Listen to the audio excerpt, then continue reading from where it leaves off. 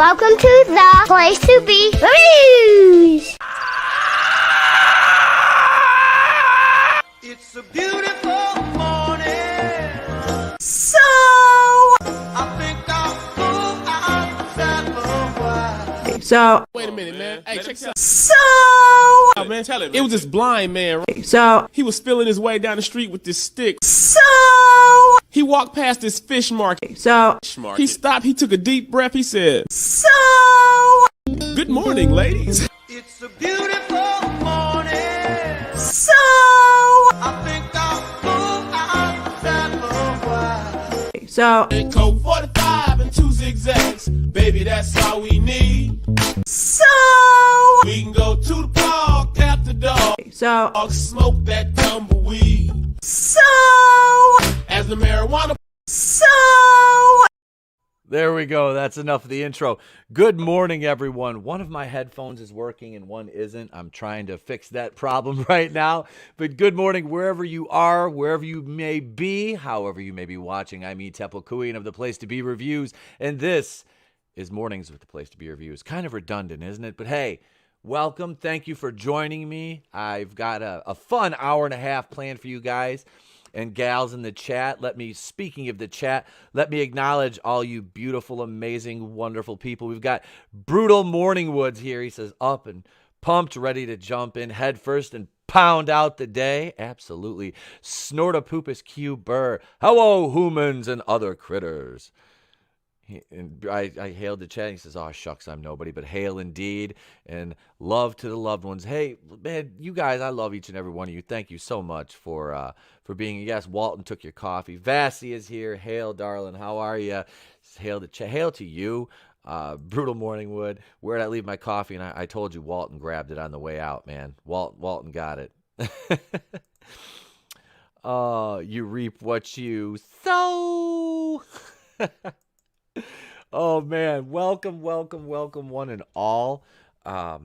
This is gonna be fun. We're gonna talk. I got some articles pulled up here. We're gonna talk a little bit about that, but I wanted to expand on something I said yesterday. I was talking about it in my my daily video about Brie Larson joining Star Wars. Like seriously, I love Star Wars. It is one of my first loves as a franchise. I loved Star Wars, and it pains me to see where it's at. So I would rather see it die than carry on the way it is. So as bad as it's getting, like we've got Geode, we've got Leox Gayassi, and I refuse to pronounce his name right because I don't care. I really don't care. It's pathetic. These characters that they're trying to pass off and act as if these are just great. You know, this sounds cheesy to me. Yeah. Brie Larson in Star Wars. Please, like let's do that. Let's absolutely do that because number one, it'll be ridiculous. Number two, it's a wealth of content, and if anything gets hits on YouTube, it is Brie Larson videos. Now, she hasn't done anything to be really relevant in the mainstream eye in a while. So, I mean, outside of her YouTube channel, which is basically about there's tumbleweeds blowing around there now. It's kind of like MySpace. But she hasn't really been focusing on the YouTube channel. All these celebrities have abandoned YouTube. YouTube was changing the rules, and which they still are. I mean, they've been removing likes. And it's funny, too, because I don't have a huge channel. Like I only have 625. I'm blessed to have 625 subscribers. You guys are wonderful. I do appreciate each and every one of you. I truly do. But I don't have a massive channel comparatively speaking to like some of these other people who are like, the quartering is 1 million subs, and you got these 100,000, 200,000, 300,000 subscriber channels. Are like we're losing likes off our videos. That affects guys like me too, and smaller channels than myself. And I've seen it happen in real time on a stream. We'll hit 30, 35 likes on a live stream, and next thing you know, we're down to 25. And it's like, wait, and YouTube's, it's just bot accounts. It's like, no, it's not bot accounts. That is not bot accounts. These are real subscribers that subscribe to my channel and I don't know. It pisses me off. It's like, stop moving the goalposts. You're trying, well, we're going to get all these celebrities. They thought this was going to last forever. Everything being on lockdown, no new shows or movies, and it's weird to see how entertainment, because you have your spring and fall premieres of shows and things of the like, and movies, and with the lack of new movies, I mean, now it's starting to get a little bit, we're getting a little bit more, but the theaters still aren't open widespread yet, which they should be. But I'm saying this, and I live in a state that is most affected by this, and I understand that it's real. I've lost people during this, but I don't just knee-jerk react to it.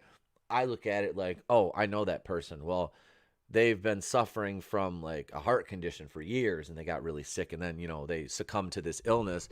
And I'm not making light of that, but what I'm saying is, there are certain people that are more susceptible. So I understand people's trepidation when it comes to venturing out and into the great unknown. But I want things to go back to normal so bad. Just because I want to go sit in a theater. It may seem selfish, but I want to go watch like Congress Godzilla. I haven't watched it yet. I know what happens. I mean, let's be honest. It's big monkey punching big lizard, and they have a big fight, and there's but it's awesome. I love those movies. Don't get me wrong. I'm not knocking it. I love the movies. The humans take you out of it. But hey, let's see. Let me acknowledge the chat here again. Shempmeister's here. Shempmeister. That is a Three Stooges reference that is not lost on me. There's a Three Stooges. I've got a couple Three Stooges DVDs here, like greatest episodes and stuff. Yeah, Vassy, no, absolutely. I can't wait to go back to the cinema. Absolutely. And it's really sad because I've showed pictures of the theater where I grew up going to in my hometown, where I'm back living again. And there is a beautiful family-owned theater. It's been open since like the 1940s, and they're probably going to shut down permanently.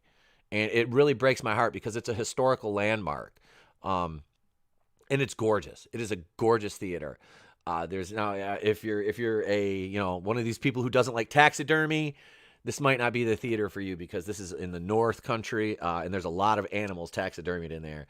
But it's all old hardwood. I mean, I remember going in there as a kid, okay? And you went in there and you smelled popcorn and cigarettes in the lobby, because you could smoke in the lobby.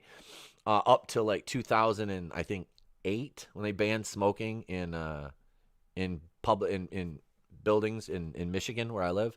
But yeah, it's a gorgeous theater, absolutely beautiful, and it just breaks my heart that they're not going to. They may not open back up. Last year, actually, before this happened, I was going to rent the theater out because my birthday is Monday night, this coming Monday. So be here Monday night. We got a huge show. It is myself, my usual cast, myself, Tony Tonedeaf, and Red Gaze, the assistant to the regional manager. And we are going to be joined by 3/4 of the world-class bullshitters. We'll have Jeff Hicks on. We'll have Nick Utam, Big Rig on, and Kendo Slice will be on with us. Plus, Nick Glenn from Echo Base will be stopping in at some point during the show. So yeah, that's Monday. That's my birthday. Probably not going to get much content out Saturday because I have to rent the theater and watch Batwoman. You know what? There's a certain amount of episodes I would actually watch in the theater and just like Mystery Science Theater 3000 the shit out of them and film it. You know what I mean? Like, it would be so much fun. I wish I could get the license to do that, like to actually show myself watching Batwoman, because I don't want to just record like a reaction, you sitting there watching me react to how bad the show is. Like, you need to see the show. You know what I mean? But for, like, what I do, Matthew Berkland, hail to you. Thank you for joining in. What I like to do is I will write my reviews. This is how I do it. This is like my creative process for doing the Batwoman reviews. I'll write my review while I'm watching the show on Sunday night. I'll watch it again. I usually watch it twice. I was doing 3 times. I can't do 3 times. I just don't have the time. So I'll sit there and I'll watch it twice. Hail Daisy Divine. Hail to you. And I'll sit there and I'll watch the show and I'll write my review. Then I'll go back, watch it again, take some more notes. And I don't intentionally make those videos like 27, 28, 25 minutes long. I don't. That being said, there is so much garbage to cover in there. And if any of you venture through that whole video, those whole videos, you will not be disappointed. You won't be disappointed. I put a lot of work into those to try to make them funny. And it's a stress. Everyone's like, how do you do it? I'm like, that is a stress relief for me, because when I'm filming the reviews, I get to yell and scream. And in my mind, and it's like, that's why I started using the voice changer. I'm like, there's so many ways I can say the F-bomb in my normal voice and inflect it, but if I start like playing with the voice changer, then it gets a little bit more fun. But no, it is, those episodes are painful. They really are. I mean, they're horrible. And I say this as somebody, like I said, if you've never seen Black Christmas 2019, don't watch it. Go watch my review. I reviewed it as part of my Is It Woke series from last year. And that's in a playlist on the channel, which you can find. I did six episodes of that series before I kind of cut it off. Vassy, it is therapeutic. It absolutely is. But no, I cut that series off. Just because the views kind of tapered off. Like the last one I think I did was Knives Out, and nobody cared. I'm like, because the first ones I did like Onward and Space Force. Space Force was great. Like I absolutely love that series. I cannot wait for the second season of that. I got an itch on my nose. I'm sorry, I'm not picking my nose. I felt like Jerry Seinfeld. It was outside the nose. It was outside. It wasn't a pick. It was an itch. You should have heard. Oh, Schempmeister. You should have heard me during Snyder's Justice League. I can talk about Justice League here before we go into some topics. This is a nice segue. Thank you, Schempmeister. Justice League, I enjoyed it. There was some cool things to it. But as I said in my scathing little daily video, Mahler was right. Mahler was absolutely right. There's so much shite in that movie that it kind of hurt. I'm like, I did enjoy seeing Cyborg fleshed out a little bit more, even though I don't like Cyborg. Ray Fisher and allegations against Joss Whedon aside, because while I do believe that Joss Whedon is a POS, and he probably was abusive to Fisher and Gal Gadot, on set. I mean, like, there's reports that he threatened her career, which is just, I mean, that's a small move. And for somebody who claimed to be such a woke bae and a male feminist, it's like, Joss, what are you doing? Well, first of all, Tony and I have had this discussion. Who the hell names their kid Joss? I don't know. You're setting him up to fail. The CGI horses were awful. It was distracting. Yeah. Yeah. And Mahler hit it right on the nose. Yeah, Mahler was spot on, Schempmeister. Absolutely. Hand of God, Mahler was spot on.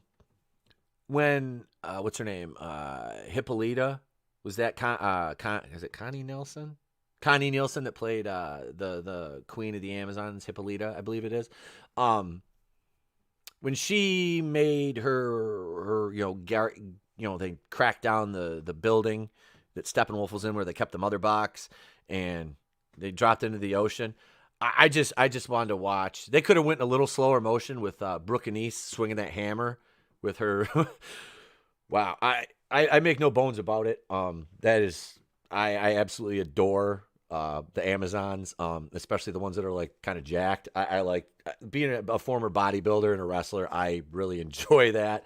And yeah, they could have showed Brooke Anise swing that hammer all day, and I would have been perfectly happy with it. But no, her drowning hundreds, probably about 100, if not a couple hundred of her own warriors and citizens of her Themyscira like that was ridiculous, considering Steppenwolf teleported in. And I'm trying to watch my language here. I'll try not to swear too much.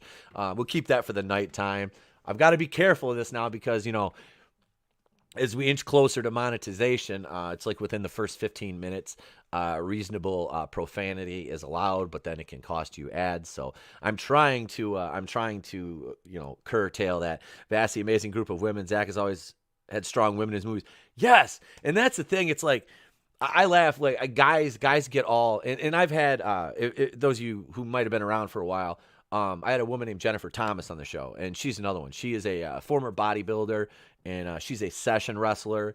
And for those of you who don't know what session wrestling is, she gets paid to beat guys up. Guys will pay her upwards of, I don't know, I think $500 to $1,000 sometimes to spend a half hour to an hour, like just basically beating them up at various levels of submission, stuff like that. Nothing sexual. But no, she's a legitimate wrestler and she knows judo and stuff like that. She runs a women's professional wrestling promotion now called Women on Fire. And I was lucky, she invited me to, be one part of the male talent. And I was like, let's see, beautiful fit women beating me up. Sounds fun. Yeah, really, like honestly. But no, it's out in Vegas. But I spent time in the wrestling because it'd be fun, because I've trained with men and women as far as wrestling goes, and it's just fun. It's basically storytelling. But yeah, Latino Slant, what's up? I'm sorry I missed your stream Tuesday night, brother. We ran over and I went to bed right afterwards because I was exhausted. I'm sorry, bro. Congratulations to Paulie Latino Slant. A wonderful person, a great friend of the channel, and he just got monetized. So congratulations, Paulie. Love you, dude. Carnal, it couldn't have happened to a nicer guy. All the success, you deserve it, man. Shempmeister says, funny thing is, in the Amazon costume photos were taken years ago, people were accusing Snyder of being sexist. When his cut came out, nobody said anything. Well, that's the thing. That's the thing. It wasn't. It was the feminists who got mad because these women look like these feminists want to. These Amazons, the actresses, they're not actresses, they're bodybuilders, they're CrossFitters, stunt women that look like that. And these feminists are jealous because they're too lazy to put in the work to do that. Let's see, Louis Theroux did a show about women who got paid to wrestle. Yeah, I'm actually trying to get a couple gals on that do session wrestling on the channel. A couple well-known ones, actually. I've reached out, just waiting for responses. And Jennifer will probably help me because she runs a site called sessiongirls.com, and it's basically a directory of women who get paid to wrestle men from all over the world. So it's a huge industry, and it's something I have no shame in it anymore. I'm 41 years old, something I've followed for a long time. But yeah, there's a lot of, like I said, bodybuilding doesn't pay anything for what you have to put in. Like when I was bodybuilding during my wrestling career, I would spend sometimes $1,000 a month just on supplements. Never any steroids. I never did any performance enhancing drugs. I know some people consider like DHEA, but I've been taking that for years. And I remember when Mark McGuire got in trouble for the androstenedione, Andro 6. I've been taking Andro 6. I took that for years, in my late 20s and my early 30s. But no, I would spend like $1,000 a month on supplements. And then my groceries, there's only 3 of us in my family. It was me, my wife, and son. And groceries were like, I don't know, probably $1,200 at least a month because I was eating about 9,000 calories a day.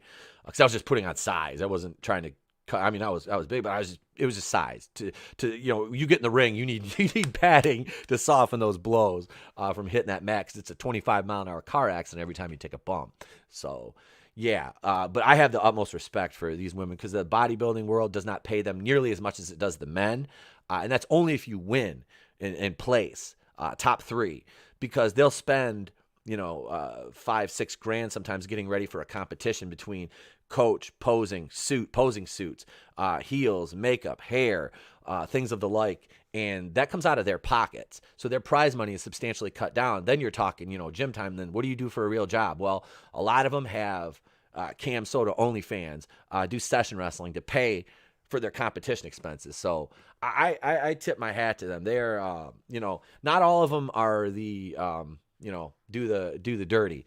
There's a lot of them that just do it to pay for comp stuff or because they enjoy it. And Jennifer was one of those that just enjoyed it. And I commented on one of her videos or one of her Instagram posts because we've been friends on Facebook for years, just through pro wrestling. Because she's a former WWE developmental talent too. And I was like, hey, do you want to do a podcast appearance? She's like, absolutely, and DM'd me right away. She's a wonderful woman. We're going to have her back on the show. She gets her own special episode when she comes on. Yeah, she does. She gets her own episode. But to bring this back to entertainment, yeah, the women like the Amazons, those are, yeah, they Zack Snyder did a wonderful job with them. Yeah, he always has strong women in his movies. And as much as I dislike about his style, I respect that.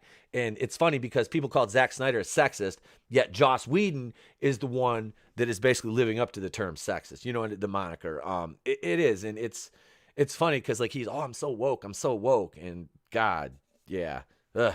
Sounds like comic book artists who make more from selling commission art than their actual comic book work. Yeah, well, because the thing is, the mainstream, and I can talk about this ad nauseum. The mainstream is just now starting to become a little more comfortable with muscular females. Like it was so taboo. And my dad was into bodybuilding, so it's something like I used to go to the gym with him, and it's like from an early age, I've always been enamored with these ultra fit. It's a work of art. It is. And I'm starting to get myself back into shape. It's like, I appreciate the work that goes into it. I mean, yeah, I know some people are, some of them go overboard. It's like, like China, for example.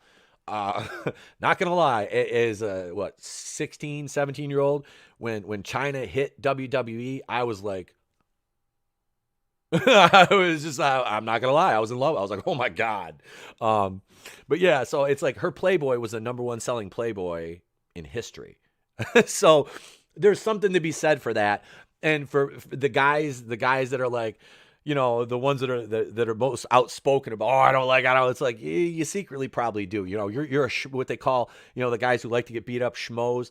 And you talk to a lot of these women that do that, and they're like, we don't like that term because it's negative. Like, they're not bad people. Like, a lot of these women have clients that are NFL players, NBA players, doctors, lawyers. So it's funny. To see the level of denial on a public level, but in private they're like, so it is. It's fun. I'm cool with it. I enjoy it. If that's what you want to do to make your money, more power to you. That is because these ladies are critically underpaid for what they do as far as getting in competition shape. Hail Angeles Draven, man. You walked in the middle of a weird conversation. But we'll bring this back to entertainment, though. Like I said, that topic gets its own stream when I bring Miss Thomas back on. I just need to shoot her a DM and say, hey, here, let me see your schedule, and you can come back on. But yeah, we've got an article here I'm going to pull up. We're going to talk a little Mandalorian. Let me do this real quick. Let me throw on a little quick bumper here. Yeah, let's see. What do we got? Well, you know what? Just because I love him, and Tony's not here. He might be in the chat or he might be working. I don't know. But we were talking right before we went on air. So here's Wakanda Land.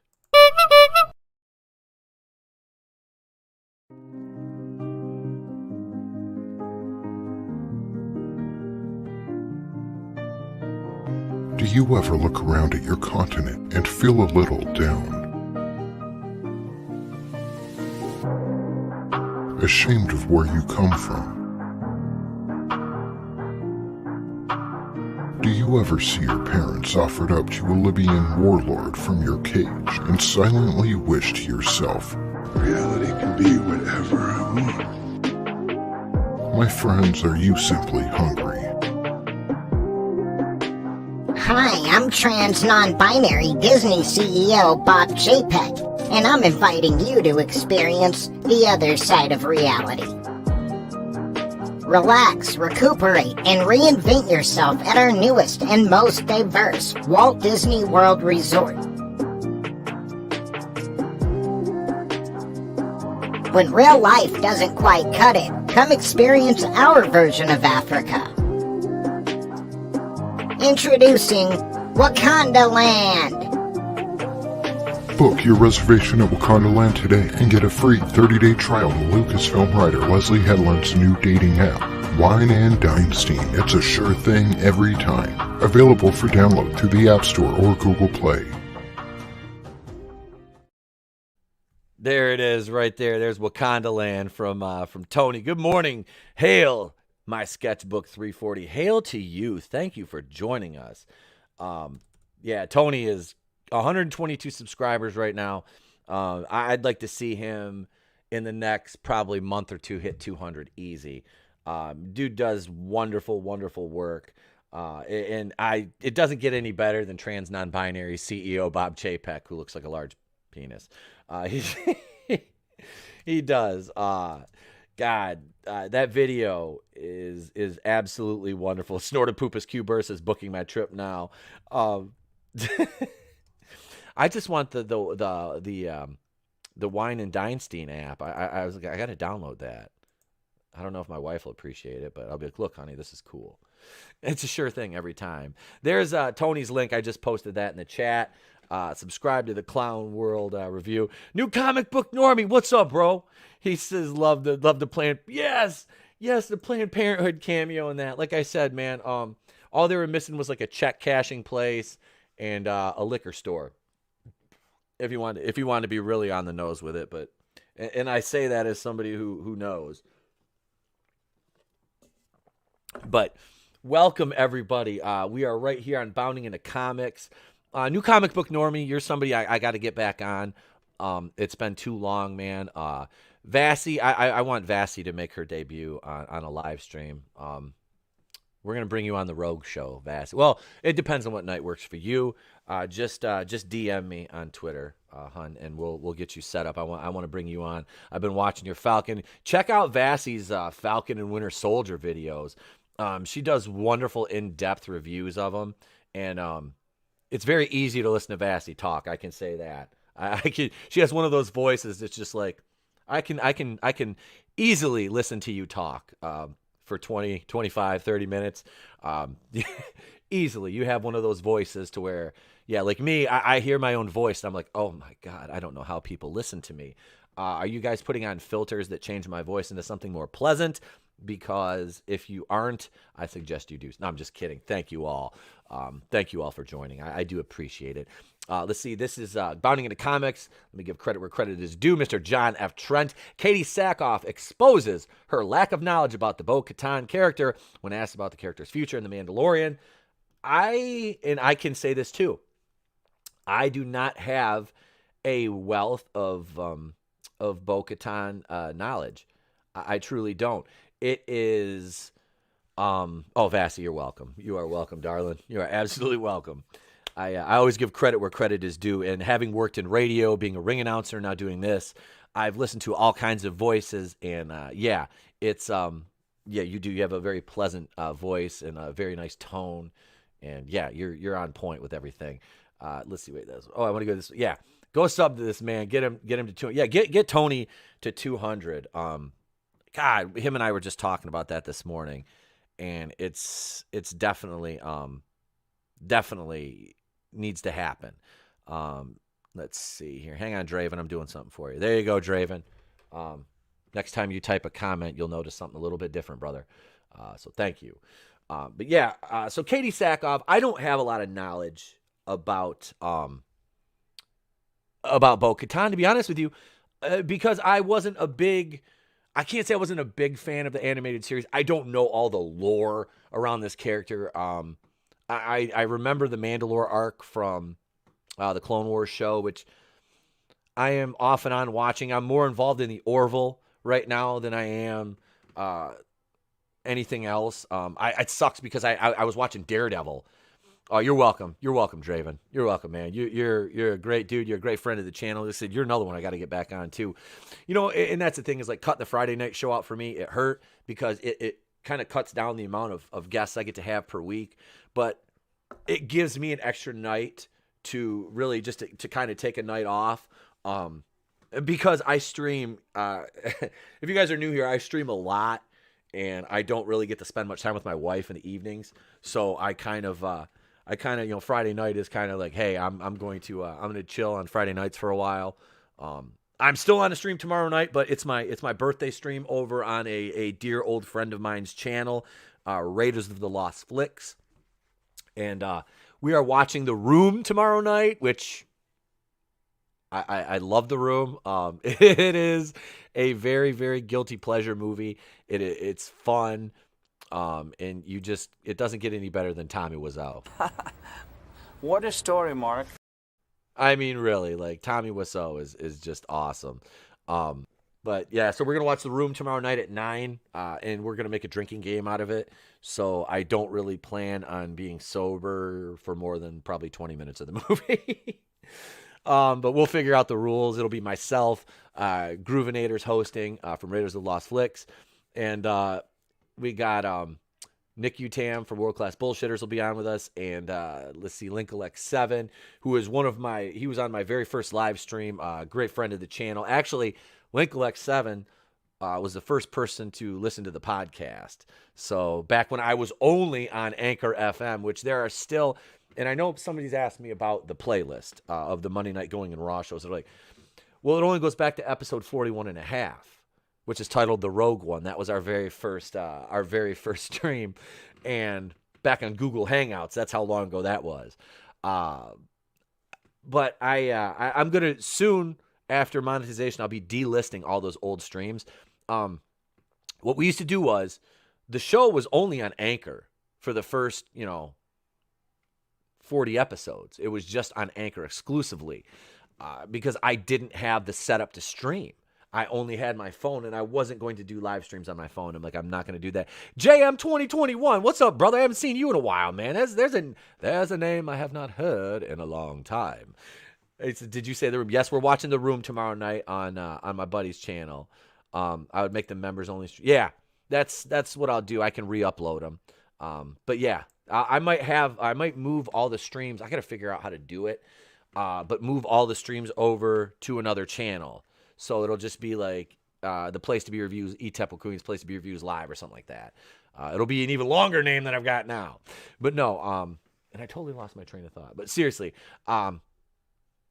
yes. So there's 40 episodes that are still on Anchor FM. If you go to Anchor FM and search the Place to Be Reviews, there's 40 episodes on there. Dating to the very beginning, where literally I was sitting there on the pull-out couch in what is now my office, where my wife is working because she's working from home still, because let's be honest, the U.S. federal government is never, the branch that she works for, they're probably never going to go back to their offices. So this is why when we move, we're going to have 2 or 3 offices in the house. So she can have one, I have one. Then I'm going to have a studio with a wall, and I keep saying this, and I'm not joking. We're going to have a huge wall with a live stream that's going to be for, not live stream, but for skits, because I'll let you guys in on it. I haven't mentioned it on the air yet, but in addition to a live stream channel, there is going to be a channel with myself and somebody you've gotten to know. Some of you have seen on streams. He's made appearances. Mini Meetup. We are going to start a channel, a father-son channel, probably in about another year or so. So if you're still around then, if you're still subscribed, that's coming up too. I haven't really said anything publicly about it on YouTube yet, but my son is getting to the age where, like now, when he makes appearances, he knows how he knows how to deliver lines, and yeah, it's he already has better stream etiquette than some of the people I've had on my shows. But no, it's fun. But we're gonna start our own father-son channel. So yeah, and there, like I said, there's gonna be a channel where I'm just gonna move the live streams to, and they'll still be the main channel. So when those pop up, it'll be on Twitter and links and stuff. So you can subscribe to those too. Yeah, but yeah, I'm kind of mini meetup. Look forward to seeing you. Oh, dude, yeah, it's gonna be it'll be a blast. And it's weird because I don't have to work today, so I'm used to being at the school every day, and I'm not there. I don't have to go in today, but I know I know after the show I'll probably get a phone call, and I'm like, hey, can you come in today? And I'll be there because it's difficult for me to take a day off. But yeah. So yeah, that's stuff that I'm working on right now. Like I said, I need to move. Just waiting for things to gotta wait for the chips to fall in place, and then we're moving. And one of the big things we're doing is we're getting a house with an indoor pool. So I am so stoked about that because the weather here is shite most of the time, even in the summer. So I don't get to go swimming that much, and the indoor pool I get to use year round. So that's gonna be nice. That will be nice, and I'll have an actual weight room instead of my garage. I'll actually be able to park inside the garage. Yeah, I'm just I'm looking forward to moving. The house we bought was out of necessity because I have to take care of two aging parents. So yeah, it's close. Plus, it's close. We have a house, like a cottage on a river. It's more of just a house on a river. So we moved closer to that too because we're big kayakers. I love kayaking. It's fun. I don't like to paddle. I just like to float and drink beer, which is fun. Phoenix Animation, what's up, brother? Hail to you. Hail, man, what's up? Welcome back. Welcome to the morning show. Phoenix is another one, man. I feel bad. Like I said, there's so many people that I need to get on the shows. Lola, what's up, girl? How you doing? And this is another thing too. All right, this is another thing I want to do. I want to do a Place to Be Reviews ladies night. It's going to be a special event. I'll have Vassy, Lola, if Lola's willing to come on. We'll have Vassy and Lola, and I'm gonna try to get Jane Theory on. I think that's a good panel right there.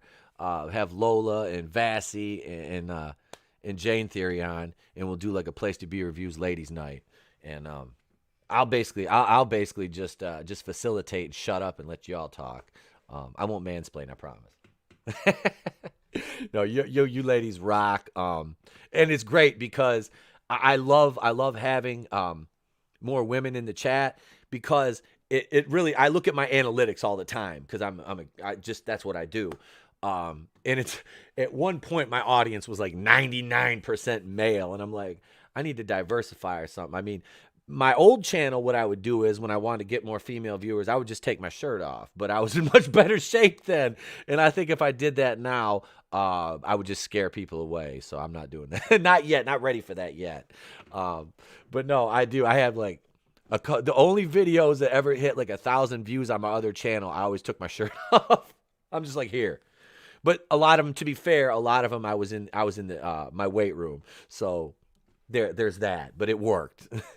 And I was modeling back then. That was like, if you're wondering, that was like 12, almost 13 years ago. I did some freelance modeling. So not anymore. Not all it is.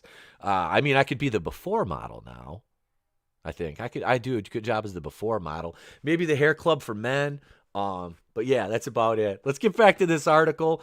I'll shut up and we'll go over here and do this. There, bam, I'm off the screen. That's even better. Here we go. Let's see. Katie Sackhoff. The Mandalorian actress Katie Sackhoff exposed she doesn't really know a lot about her character Bo-Katan when she was asked about the character's future in The Mandalorian. And I don't want anybody to think that I am insulting Katie Sackhoff in any way. Frankly, I adore Katie Sackhoff, and not just because she's a beautiful woman, because she's talented and she's a wonderful action actress. She is just absolutely kick-ass in action roles. She's, Battlestar Galactica, I believe it was. They cast her as Starbuck, and that was Dirk Benedict that played him in the was it the early 80s, late 70s, Battlestar Galactica. So for her to take on that role was huge, and she did it well. I haven't seen much of the show. I've seen a couple clips here and there, and I have friends that are like huge Battlestar Galactica fans, and yeah, everybody has nothing but glowing things to say about her. Plus, I was really introduced to her more so in Longmire, which is a amazing show. If you haven't seen Longmire, I think it's still on Netflix, but Robert Taylor played Walt Longmire. Katie Sackhoff was Vic, one of his deputies. No, she's wonderful. Yeah, she's kick-ass. She plays well with the boys and doesn't, her characters are so balanced with this toughness that yet she's vulnerable and feminine still. That, to me, I look at that. I look at that, and it's just like that's how the strong female characters work best. It's like they're vulnerable just like their male. To me, a male character needs to be somewhat vulnerable to be relatable at all. You know what I mean? What Vassy say here? I don't think she's ever done a bad performance, even when she's in a bad movie. Yeah, seriously, that's the thing with her. And this is funny too, because my wife says this all the time. She's like, we were talking about that movie Thunder Force with Melissa McCarthy and I don't know the other woman's name that's in it, the black lady. Is it Octavia Spencer? Maybe. I don't know. I can't remember. Can't remember. But I was just like, yeah, I don't want to knock them. I'm not knocking. They're just not. The movie just looks like garbage. I watched Drinker's review of it. It just looks. And I've watched a couple of them. It looks like garbage. But my wife's like, I want to look at like hot women. She goes, I'm a woman and I want to see hot women. I said, well, to be fair, pretty much every woman's a beer away from being at least bisexual. And she was like, fair enough. But no, Octavia. Yeah, it is Octavia. Okay, Octavia Spencer. Yeah, that movie just looked bad. Jam 2021. We say Katie Sackhoff was in Riddick. I haven't seen Riddick in forever. Riddick. There's like Riddick, Chronicles of Riddick. Shempmeister says Vasty's videos are great. They are. Vasty's videos are awesome. She has wonderful production value already. So, what a Draven, let me go back up, highlight your comment, brother. Looking forward to finishing the Not Safe for Work visual novel review I'm working on. Tagline is going to be come for the fap, stay for the heart. Nice. Blunder farce. Snort a poopus cuber. That's about it. Was a garbage movie. Yeah, I haven't watched. I'm not a fan of Melissa McCarthy. She is kind of just like painful to watch or listen to, and it's not because and she's less funny after she lost weight. I don't know what it is about that. It's because she was typecast into a certain type of role, and I don't know. She was funny. Mike and Molly was the only thing I've ever seen her because I kind of liked him and her together. They had a good dynamic. And her sister on the show was really hot. I'm not going to lie. Am I terrible? Am I a bad person? I don't know. You be the judge. But you're still here, so maybe not. Sackhoff did a lengthy interview with Looper where she talked about everything from her YouTube channel to her time on Battlestar Galactica to The Mandalorian. Oh, she has a YouTube channel. I forgot about that. I want to check her sub. We got to check her sub count. At one point in the interview, she was asked, can you say anything about what's in store for Bo-Katan going forward? She answered, I honestly wish I could tell you that I knew something. I really don't. I only know where we ended, and that's all I have. I can only use my imagination and hope that we see some pretty cool stuff, but I have no idea, she added. Young lady back here, Sasha Banks or Mercedes, whatever her name is now, her shoot name. I just know her by her wrestling name. She's another one. I love seeing her in action roles. And this is the thing with her. Like, as a wrestler, I cannot stand her because she's terrible. She is a botch fest in the ring, if you're familiar with the term botch in wrestling. She is a botch fest in the making. She's horrible, but she is absolutely aesthetically just very, very attractive. And I think she's one of those athletic type females that she can do well once she gets her a little more acting experience under her belt. She'll be better as an action star. That was the big gripe with Gina Carano when Gina Carano started was, well, she can't emote. She's this, she's that. It's like, well, look at Haywire. Haywire was like, I really like, I love Gina Carano when she was fighting. I was a huge fan of hers. And then, like I said, Haywire, I was like, you get this like gorgeous, hot woman who's like a super spy and, just completely kicks ass. Absolutely feminine, but tough as nails, still vulnerable. It's like, she's just so, and then you get to learn how she is as a person, and she's so endearing, and it's such a great quality. And I kind of see that with Sasha Banks. It's like, away from wrestling, she's an absolute sweetheart, and it's like she could do better acting once she has a little more experience in front of the camera in that capacity, not a wrestling capacity, and she's more, just at home in herself. Oh, hi, Mark. Yes, we are watching The Room tomorrow night. Raquel Gonzalez is a monster in NXT.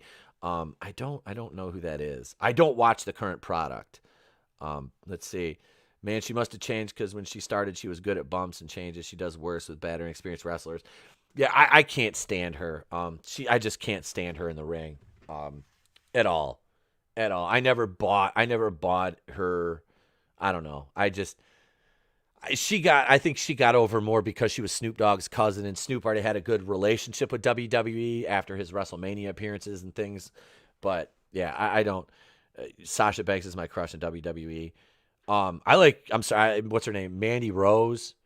Rhea Ripley makes me feel some type of way too. But too many of these girls are going like with the Botox. Like Dana Brooke was another one. One of those, like, she was a fitness or physique competitor before she got into wrestling, and she was a gymnast. And, I follow her on Instagram. She's one of those ones. She's just this tiny little ball of muscle, still feminine, but she got that Botox done. I'm like, why would you do that? Your lips look like pool floats. Like, do not do that. Like, ladies, if from a male perspective, if I can offer any piece of advice, yeah, don't do the Botox thing.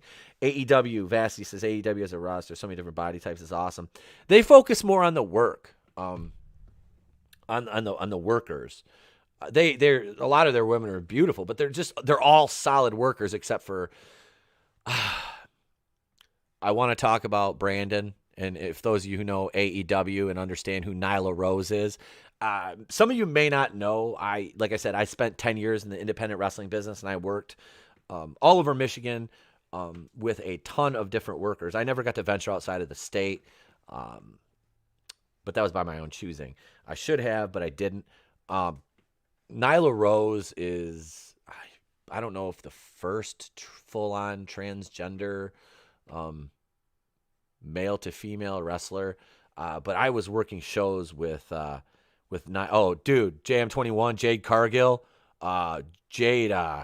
I saw her for the first time like 2 weeks ago, and I was like, my jaw hit the floor. Becky Lynch is awesome. She's such a good worker. God, the only thing I worry about her is Seth Rollins dragging her career down. Because Seth Rollins is, I've met him, and I don't like him. I just don't think he's overhyped, and he's like injured. He injures people like on the regular. He's not a safe worker. He's kind of like Nia Jax. Just not a safe worker at all. Let me get back to this article before I get too sidetracked here. Let's see. As for what she imagines Bo-Katan's future, she would elaborate when she was asked, where would you like to see her go? Sackhoff responded, oh my gosh, it's so hard to say because she started in a place she wasn't necessarily on the right side of things. She thought she was. I think she's always had other people in mind. She continued, but her growth to get where she's been at is... I can't read apparently this morning. But her growth to get where she's at has been quite dramatic. When you are a second born and your sister is ruling, you never dream that you're going to have to take this job because the idea that she would no longer be with us is unthinkable. And then that happens. Yeah. Let's see. Before we continue any further, Sackhoff's comments do not align with the events that actually took place in Star Wars The Clone Wars. Bo-Katan was part of the Death Watch insurgency led by Pre Vizsla against her sister, Duchess Satine, Kryze. In fact, she was one of Vizsla's top lieutenants in the insurgency. That insurgency eventually teamed up with Maul and his Shadow Collective and was able to depose and imprison Duchess Satine during a coup. However, Pre Vizsla double-crossed Maul and had him and his brother thrown into prison as he consumed control of Mandalore. I do remember when Duchess Satine died because Obi-Wan and her had a relationship, which was supposed to be against the rules of the Jedi, but you know those pesky rules and of the Jedi that some of the Jedi conveniently just don't follow. Nia Jax is a liability. Oh, she's horrible. She injures so many people. She's garbage. She's garbage in the ring, and I'm sorry, but I don't want to talk about Nyla Rose. Brandon doesn't belong in the women's division. I mean, the story of why that happened, I mean, I'm sure there was some body dysmorphia there, but Brandon couldn't get over as a wrestler, as a guy. And it's kind of like that Fallon Fox, the MMA fighter, who was a guy and then transitioned to being a female and now beats up women, which I find abhorrent. And he fought this Latina, and she beat his ass. I have never been happier to see a guy get beat down than that. Seeing Fallon Fox get his ass whooped, and I say his because I'm like, you're a dude. I'm sorry. You don't belong. Professional wrestling is a little bit different. It's a dance. MMA is a fight. And to see that guy get his ass whipped was a chef's kiss. It was wonderful. It was. That lady whooped her ass. The best thing Nia Jax ever did was my whole Johnny Cage JP7. What is going on? Thank you for joining in. We are talking about Katie Sackhoff and on Mandalorian, and kind of how she doesn't really know where the character's going. So let's get back to it here. His rule would be short-lived as Maul and his brother Savage Opress escaped. Maul would then challenge Vizsla to a duel where he easily disarmed the Mandalorian and killed him. At this point, Bo-Katan and her followers turn on Maul, claiming they will never be ruled by an outsider. Well, there's something to be said for that.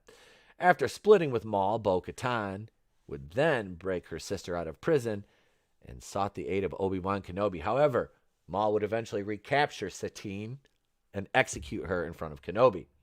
The idea that she wasn't dreaming of ruling is completely far-fetched, and the idea that her sister wouldn't be there being unthinkable is completely absurd given she was actively rebelling against her sister. This is true. Nevertheless, Sackhoff continued, so how do you take a person who is trained as a warrior, who never thought that they would have to lead, nor wanted to lead, and get them to a place where they have to lead because it's for the people? And I find that to be so interesting because I think that she is a warrior at heart. That's who she is. That's who she's always been, and we haven't seen that part of her yet. I want to see why she thinks she's the right ruler and how far she'll go and what that looks like, she continued. Sackhoff concluded the question saying, just because you think you're right and just because you think you're the right person to rule, that doesn't mean you actually are. So I want to see that struggle because if she really does care about her people, she may not be the right person. I think there are so many different places to go, so we'll have to see what those guys have in mind. As I previously mentioned, Bo-Katan was already a leader in Death Watch. She was Vizsla's second in command. Not only that, she was the leader of the Night Owls, an elite commando unit within Death Watch. We've seen her be a warrior quite a bit. After Maul killed Vizsla, it was Bo-Katan leading the loyalist Mandalorians in a civil war against him. Maul would eventually be captured by Palpatine, but he would eventually escape and make plans to return to Mandalore. In fact, he still controlled the planet through Prime Minister Almec, who was a puppet. So there's that. Yeah. I don't know. Let's see. Wait. They only pushed Nia Jax because she's a cousin of The Rock. Yeah. She's one of the Samoa. Well, say isn't Tamina's one of the Snookas. Tamina's a Snooka. I was trying to think. I was like, yeah. Let's see. Man. Yeah. So this is. She really doesn't know much about the character. But I mean, she's not on. I don't know. You would think she would know a little bit more about the character, considering she voiced her on the Clone Wars. But who knows? While in the process of making his return to Mandalore, Bo-Katan was leading the Night Owls and hunting them down. She would eventually track Maul to Mandalore, where she sought the Republic aid to enforce a lockdown that would ensure Maul's forces would be defeated and he would not be able to escape. Kryze, with her loyalist Mandalorians and Republic-led forces led by Ahsoka Tano and Commander Rex, invaded the planet. They were able to capture Maul and remove Prime Minister Almec. Bo-Katan would eventually become the planet's regent. However, her reign would be short-lived when Republic reorganized itself as a galactic empire and began a military occupation of Mandalore. Clan Saxon would side with the Empire, forcing Bo-Katan to abdicate her leadership role. Bo-Katan would return to power after she is gifted the Darksaber by Sabine Wren and receives the support of a number of clans, including Vizsla, Rook, Wren, and Eldar. She would also receive the support of Fen Rao, the last surviving Mandalorian protector. Her return to power did not come immediately. In fact, she initially rejected the Darksaber from Sabine, believing she did not deserve to lead the Mandalorians after she failed at being regent. Meanwhile, meaning what Sakov wants to see for Bo-Katan was already done in Star Wars Rebels and the Clone Wars. See, I forgot. I didn't know she was in Rebels. I forget about Rebels. But yeah, so I don't know.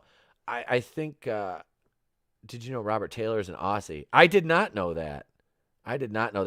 Oculus. Karen Gillan. Oh my God. That's overload right there. You're killing me, Shempmeister.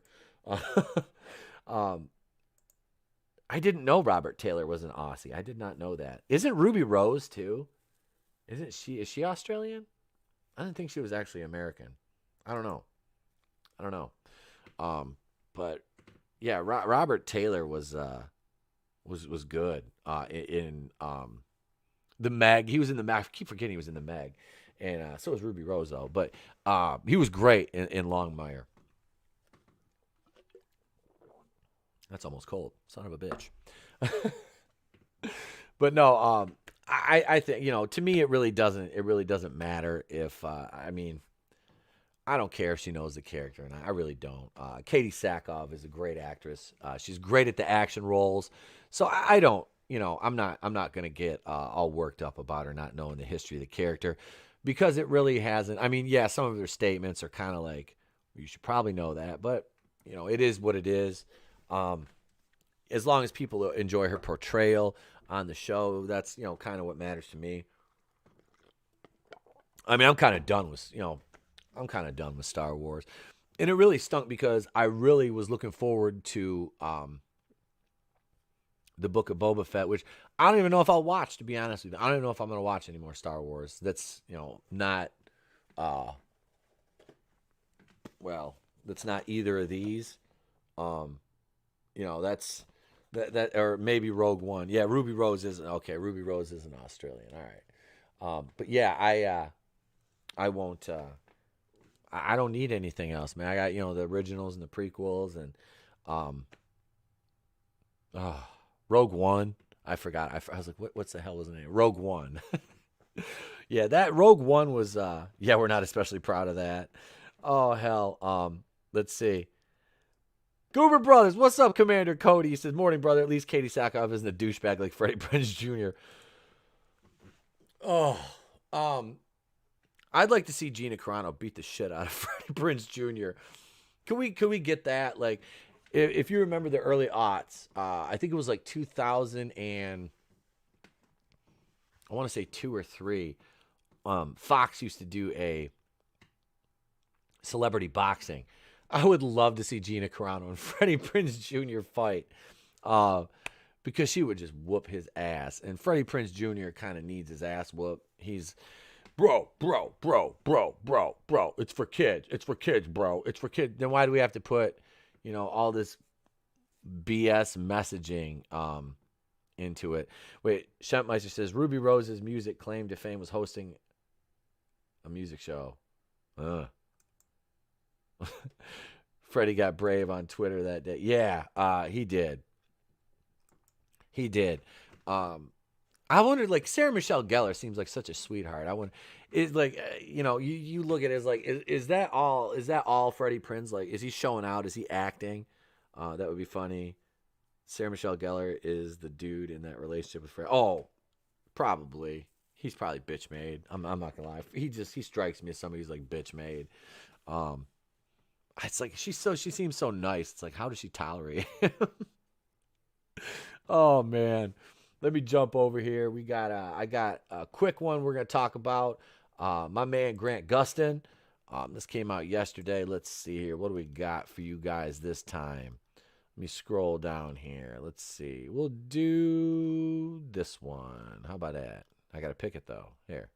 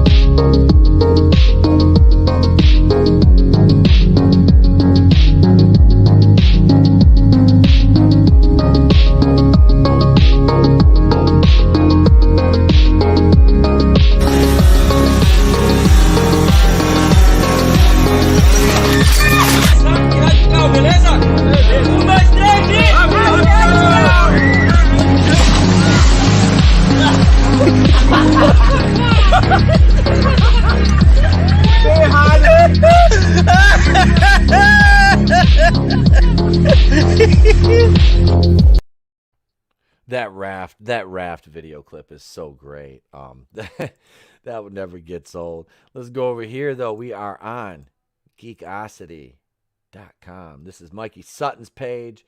I thought I could shut this stupid ad down. There it is right there. Right here. Grant Gustin in talks for Flash movie. Man, wouldn't that be ideal? Grant Gustin playing the Flash on the big screen. No Ezra Miller. Yeah, I would be. I mean, to me, I look at Ezra Miller and the way he plays his character, and then the way Grant Gustin plays his character. And Grant Gustin is more Barry Allen, way more Barry Allen. Barry Allen is this, God, the way that he's played on the show in the early seasons is so perfect. It really is. They kind of really screwed the pooch there with old Ezra. Ezra chokes a lot there. He's just weird. Ezra Miller's a weird guy, and I mean, you can't just go around choking fans. You can't just go around choking fans, Ezra. That's not how this works. Let's jump into this article. Grant Gustin is in discussions to have a cameo in the Flash movie. This will confirm that Ezra Miller is indeed going through the DC multiverse. I hate Ezra Miller. Both Grant Gustin and Ezra Miller's Flash are based on the same character, Barry Allen. It is known the Flash has the power to transport himself through different universes when using his Speed Force. Grant Gustin's version has done it before, notably on the Supergirl Flash crossover entitled World's Finest, which was in Supergirl Season 1, Episode 18, and the Flash Season 2, Episode 18. Well, I'm sorry, the World's Finest belongs to Batman and Superman, not Supergirl and Flash, not Supergirl and Batwoman. No, that's not how this works. So it's, and I say that as, like I said, somebody who really, really enjoys Grant Gustin's work. So it's presumed that Ezra Miller's Flash will do the same thing, and this time he'll meet Grant Gustin's Flash. They have met before. Ezra Miller did a cameo role on Gustin's The Flash on the Crisis on Infinite Earths Part 4, Arrow Season 8, Episode 8. Grant Gustin used the Speed Force and accidentally met Miller. They were fascinated with each other's suits. They also learned they had the same name. This moment also gave the impression that this is where Ezra Miller got the name Flash. The moment was short and fun, but it was a scene a lot of people wanted to see, regardless of how small the cameo was. It just confirms that they all exist in the same multiverse. Director Andy Muschietti admits that Flashpoint will be incorporated into the movie. Flashpoint is a popular crossover arc in the DC universe, which was written by Jeff Johns and illustrated by Andy Kubert. They also made the animated movie titled Justice League: The Flashpoint Paradox in 2013, which I have to say is probably one of the best DC animated movies. I got this for Christmas the year it came out, and I absolutely freaking love this movie. Basically because they actually, you get Thomas Wayne in that, and he's just this violent, he's gunning down people. Like, I loved it. I really did. Especially in the beginning when he went to throw the chick off the roof. I was like, and Barry comes through and saves her. Brightest day. What is going on? What is going on? Thank you for joining us. Yeah, Lola, that's my sentiments exactly when it comes to Ezra Miller. Vassy says Ezra's a danger to women. How he has a career, I do not know. Yeah, he's a POS. He really is. Brightest Day says, isn't the same multiverse a misnomer? I kind of think it is. That really doesn't make much sense. Brutal Morningwood said, Sean Connery says 30 words years ago, gets posthumously erased from existence. Ezra Miller choke slams a woman on camera, and it's go home, Ezra, you're drunk. Yeah, that's it. Oh, he was just playing. No, he wasn't. He was being a douchebag. And that's what he is. I'm sorry. It was just cringy watching that video. And then the defense of him for doing that was, oh God. It was bad. It was bad. Like, I don't understand how you can defend that. How can you defend that? There's no defense for it. There's none. There is none. You assaulted a woman. You assaulted a woman. Like what is wrong with you, man? Like what is wrong with you? It doesn't make any sense. But that defense only works for some people. Look, Gina Carano gets canceled for basically being a positive, uplifting person, and and trying speaking truth, and gets canceled. Ezra Miller, like you said, choke slams a woman on camera, and it's like, it'll be fine. We're all fine. Everything's fine. Just a weapons malfunction. How are you? That's basically how it went. The story has also been done on Grant Gustin's Flash, Season 3, 2016. I own that on DVD, actually. In Zack Snyder's Justice League, it was implied that Ezra Miller's Flash can already travel through time, which was never really shown on, they misspelled Joss, Josh Whedon's version of the movie, Joss. It's not sure if Flashpoint is going to be a main story or just part of it. Based on the source, in all other versions of the story, Barry Allen traveled through time using his Speed Force to save his mother, Nora Allen, played by Maribel Verdú from Pan's Labyrinth in the past. His actions affects the course of events and creates the alternate timeline that changes everything that he knew. In turn, he loses his powers, his friends, and the world are in a terrible state than how it was. He tries to figure out what happened and how to get his powers back and how to make things right again. I won't get into details if you still want to read the comic or watch the TV series of the animated movie. Yeah, it was great. Thomas Wayne was awesome as Batman. That's kind of what I want to see Michael Keaton do, is be Thomas Wayne, and be that violent grizzled old Batman. If in the alternate timeline, if something happens to Bruce, Keaton would be perfect for that. Keaton was the only thing that made the character the Vulture cool in Homecoming. It was Michael Keaton's portrayal. Because I'm on record. I don't like the MCU Spider-Man outside of him being his part in Civil War. He was actually good, and after that, they kind of ruined him. Not terrible in the parts he was in Infinity War, but Endgame, especially Far From Home. Far From Home, like, that hurt my soul. That movie was just bad. It was bad. But no, let's jump back in this article here, because I got one more I want to cover before we wrap it up today. Let's see. There is no questioning that Ezra Miller might use his Speed Force to fix everything. This might explain why his dad, Henry Allen, looks different from Ron Livingston, is replacing Billy Crudup. If you've been watching Greg Berlanti's The Flash TV series, you would know Flash's time-traveling escapades. It's already a meme all in its own. As far as we know, Ben Affleck and Michael Keaton will reprise their roles as Batman, Bruce Wayne. This also depends if Michael Keaton will stay on or be replaced by Christian Bale. This movie is also the first appearance of Supergirl, who will be played by Sasha Calais from The Young and the Restless. I have to see how long ago she was on The Young and the Restless, because back when I used to watch that, back in my days, I don't know, I'm trying to, because I used to watch that in college.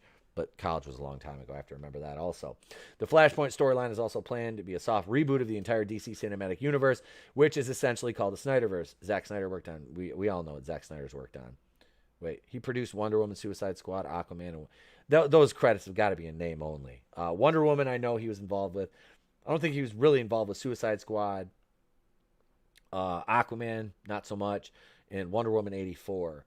After a couple more movies under Snyder's belt, Warner Brothers can choose who to remove and who to keep once Ezra Miller's Flashpoint is shown. We might get to see Robert Pattinson's Batman with J.J. Abrams' version of Superman fighting together with Gal Gadot as Wonder Woman. The Flash movies. Do you remember the Flash movies originally? The Flash movie may erase the Snyderverse from canon. Yeah, I can see that happening, because they hate Zack Snyder. They do. They hate him. They hate him. I wish that lady would have bopped him upside the head. Yeah, she should have. I preferred Andrew Garfield as Spidey. Okay, and Vassy, I will say this. While I didn't like and I just watched The Amazing Spider-Man 2 the other day. Those movies aren't great, but they did some things right. And Andrew Garfield is a great Spider-Man. He's not a good Peter Parker, but he's a really good Spider-Man. Same thing with Tom Holland. When they let Tom Holland actually be Spider-Man, he's a great Spider-Man. he's a good Peter Parker too. Kind of like Tobey Maguire. I'll always be a Tobey Maguire, Spidey and Peter Parker. I can't help it. The Raimi trilogy, even part 3, I know even part 3 is just, it's fun. And if the studio hadn't interfered as much as they did, Avi Arad with Venom, the insistence of having, Eric Foreman play Venom, Topher Grace, which no, just no. Harry as Goblin, or Goblin Jr., whatever you want to call him. He was good. I like James Franco in that one. I thought Thomas Hayden Church should have done Sandman by himself. You had him and Harry and no Venom. It would have been much better. I honestly like Bryce Dallas Howard as Gwen Stacy, and it's not just because she's got that wagon.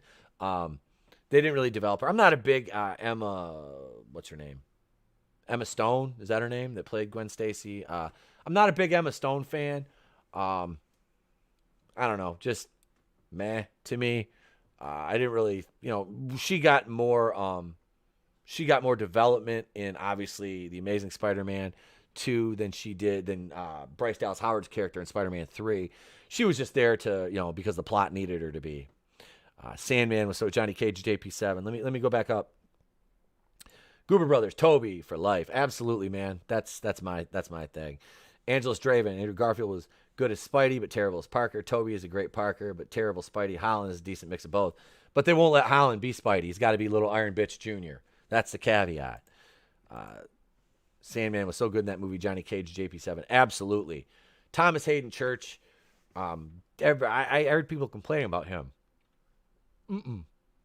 No. He was great. And answer is Emma Stone. Angeles Draven says Emma Stone. Yes. Emma Stone, yeah, not a huge fan of hers. She was good in Superbad. I like Superbad. That was funny. But, I mean, as Gwen, another thing was when, what's her name? The little chick from Rogue One. That was the lead. Felicity Jones. When they were like, he's like, what's your name? She's like, Felicia. I'm like, and I think she was supposed to be Felicia Hardy. I don't know if she was. Oh, I'm sorry. I shouldn't be yawning on camera, but sometimes it happens. I was kind of hurt. I was like, I don't want to see her play Felicia Hardy. Because I like Black Cat. The Gamerverse Spider-Man comics from, I think it was 2020. I got a lot of a run. I got a lot of the issues out of that from my comic shop right before they shut down last year. RIP to the comic ER. That was sad, man. They've been open for 9-10 years. 10 years. And it shut down, which many other comic shops did. But the last order I got in my pull, it was nothing but Spider-Man comics. It was like 15 Spider-Man books, and all of them were, some of them were older, but man, that Black Cat series, the Black Cat Strikes and the Gamerverse run, man, Felicia Hardy, I like her. I like her and Peter as a couple more than I like. Dare I say more than I like Peter and Mary Jane Watson, or Peter and Gwen. Darius Munchausen, he said, hail to you. Thank you for joining us this morning, sir. Thank you. I appreciate it. Goober Brothers says, at least we got Smoking Aunt May from these new movies. Marissa Tomei, man, time has been very kind to her. She's a beautiful woman, and she's a hell of an actress. I still can't believe she won that Oscar for My Cousin Vinny back in the day. But yeah, all hail Queen Felicia Hardy. Yeah, God, thank you, man. She's so hot as Black Cat, just so hot. I'm like, oh my God. And she's kind of like a bad girl, but she's not, she's got tendencies, but at the same time, it's like she could be good, but I like the character. I really do. would they think Felicia's problematic? She's probably the best. She is. She's the best Spider girlfriend. I'm right there with you. Like I said, I like her with Peter better than I like him with MJ or Gwen. Should Aunt May be smoking hot though?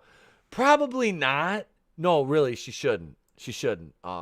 That's why, in the first one, Aunt May is like, she was older,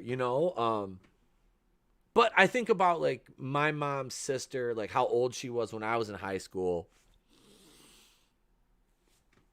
Let's see. So, I mean, she was easily supposed to be in what, her 50s or 60s in the Raimi trilogy. The lady that played Aunt May, they were in their 50s at least. In all honesty, though, you look at Marissa Tomei, she's not far off from that. She might be 50. I don't know. I mean, I'm not saying there's anything wrong with her age, because she just looks way different, than Aunt May did. But then you had Sally Field in the Amazing Spider-Man movies, which, those have their issues, but yeah, I did like the Sinister Six post-credit setup, which I'm just sitting back going like, I need a Sinister Six movie. Damn it. It's like, wait, here we go. This is a good response to that, Lola. Brightest Day says, in an age where they're trying to de-beautify every character they can, yes, she should be smoking hot. I can see both perspectives. I really can. But no, I don't care. Marissa Tomei was good. She was funny in the role. I don't like. There's, like I said, we don't need her to date Happy Hogan. Sorry, as I said, late. I stayed up late watching the Orville. I have to. I'm on the Orville Nation tonight at 5:30 Eastern. With PJ and a few other people. We're talking about season 1, and I am 5 episodes in. Like I said, absolutely loving the show, loving it. Let's see what's 121. We're at an hour and 21 minutes. Time to cover one more article here, and then we'll kind of talk a little bit. Then we'll take it home. But let me jump over here to our kind of, I don't want to say our main event, because I would hate to call the site a main event of any kind. But here we are on the MarySue.com. My favorite cat lady in training, Rachel Leishman. So you're still gatekeeping new Star Wars fans. I'm tired of the gatekeeping. No one cares what you know, Kevin. Okay, so I haven't read any of this article yet, but I can already tell exactly how it's going to go just from, the author's tone in the heading. Rachel Leishman is bitter. Like I said, she probably has 75 cats, and I say that as somebody who loves cats. I just don't like that many of them. It is, the gatekeeping, it's a cop-out. There's always been female Star Wars fans. There always has. There always will be. There's always been female fans of every genre film. Nobody's gatekeeping them. Let's be honest, because it bothers me, because it's like, okay, sorry, it feels absolutely amazing. Nerium Nawa. Is Kevin like a male variant of Karen? Yes, I think so. I think it is, honestly.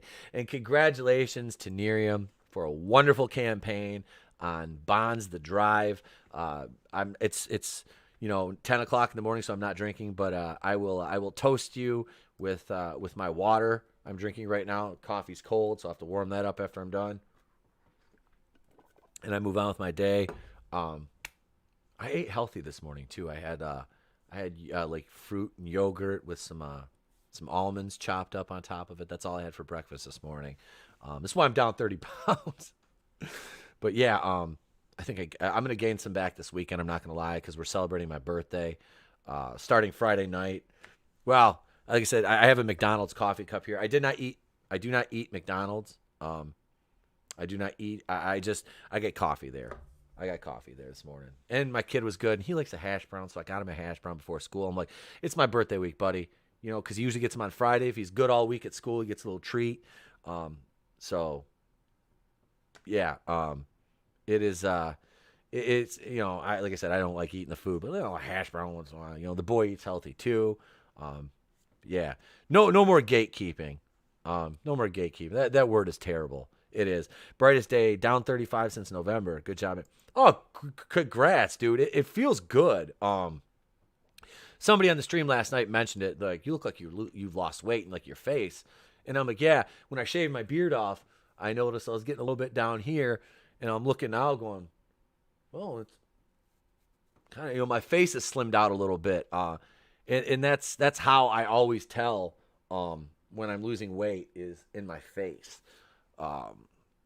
Yeah, but I feel good. I need to start lifting. I have an entire weight room set up in my garage. It's getting, well, it was 75 degrees. Let me put it this way before we go into the weather. News of weather, top of 30 after the hour. News of weather, traffic and weather. No, I have a weight room set up in my garage. And like I said, I used to be huge into bodybuilding. And I need to get back into it. I'm about to turn 41. And I'm sorry, 40 is the new 20. It really is. And I follow a lot of people on Instagram. I want to be on this page. It's called 40 is the new 20 fit. And when I was in my late 30s, I was in really good shape. And after wrestling, I kind of let myself go. Just depression from giving up something that I loved more than almost anything on this earth. I was depressed for about a year. I didn't shave at all. My head or my face, barely. I look like a homeless person, much to the chagrin of my wife. Yeah, but I kind of turned it back around, and it's like I have a 5-year-old, I have a young child, so it's like I have to be, I don't smoke anymore. I like to have my glass of wine at night on the streams. I have a glass of wine, but yeah, I don't drink that heavy. I never really did. Just when I'm on vacation, but I don't. I drink water, coffee, and I eat healthy now. That's basically it. I like my edibles, the fun stuff like that. That's not too bad. It's some edibles, but that's at night. That's the nighttime stream stuff, not during the day. I got stuff to do during the day, but yeah. So I got to start lifting again. It's I've got the bug. I went out a couple times and I putzed around, and me, bullheaded. I'm like, I grab, first thing I do is I'm messing around out in the garage, cleaning it up, and I grab 40-pound dumbbells, and I'm like, I start curling them, and I'm like, you know what? It's a little heavy, but I'm like, I can still do it, And I haven't lifted seriously in almost 2 years. So I was like, it's still there. I just need to work. So I just got to work.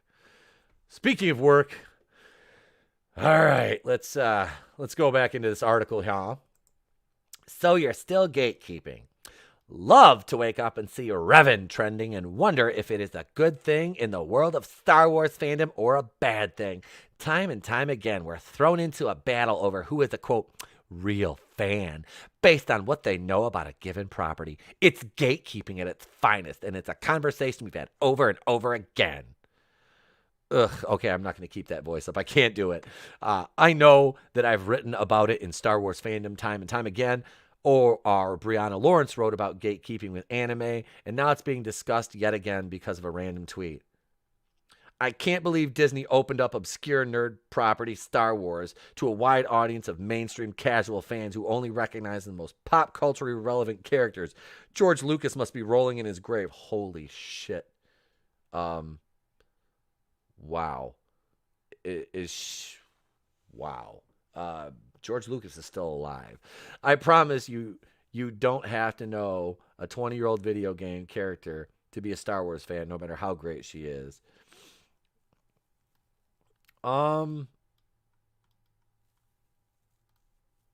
Okay. Holy shit.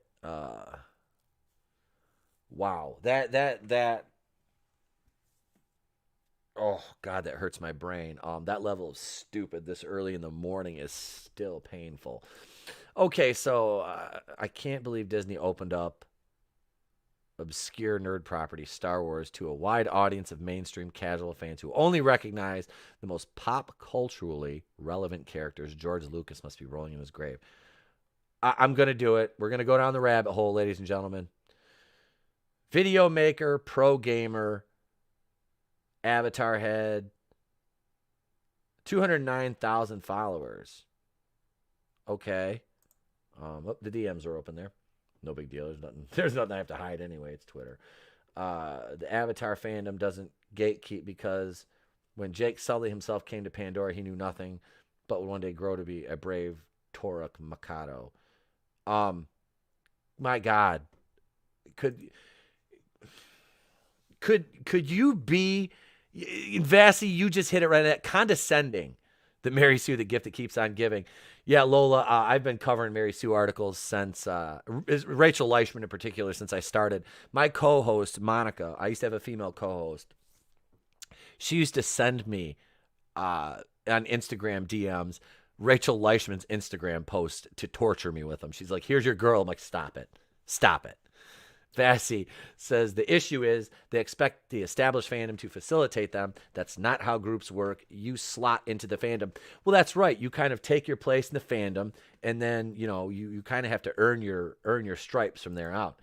Jenny is an awful human being. She was very dismissive and condescending about men's mental health during her Joker review. Oh, of course she was, because all men are toxic to women like her. Is already the impression I get. And therefore, they don't really matter. So, I don't know. Let's see. I'm just going to go through some of her tweets here. Oh, let's see. 7.5. Oh, only 142 comments. So, I was kind of expecting her to get ratioed a little bit. Star Wars fans complaining that only real fans know who Revan is. Still angry all the time. Avatar fans don't even know the main character's name. Don't care. Live a happy life. Okay, I can't do anymore. We'll go back over here to the Mary Sue. God. Ugh. Yeah, her tweets are just, I'm not gonna read. I can't. So we've established who this woman is. This always gets me right here. Okay, I'll start like a text message or put something like that in a text message, or like a DM if I'm like talking to people I know and we're like joking around.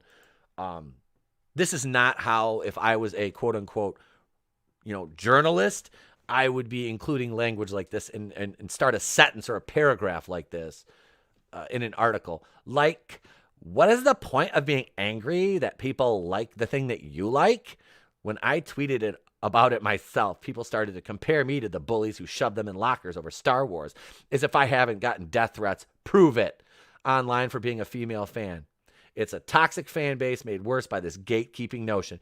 You don't know the name of the rebel in the background of a scene who is eating a sandwich. You must be a fake fan. I really want to see. I want to see DMs. I want to see screenshots of DMs and death threats that Rachel Leischman has got.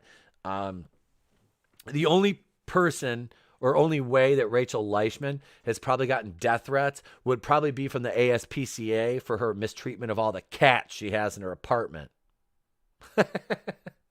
I don't know. Like I don't want to take it, not take it seriously, but it is just it's funny. It's funny to see that, I got death threats because I'm a female fan. No, you didn't. I'll take things that never happened for 2,000, Alex. Unless it was like the Steven Universe fans or Rick and Morty, because my God, you talk horrible, horrible fan bases. Holy shit.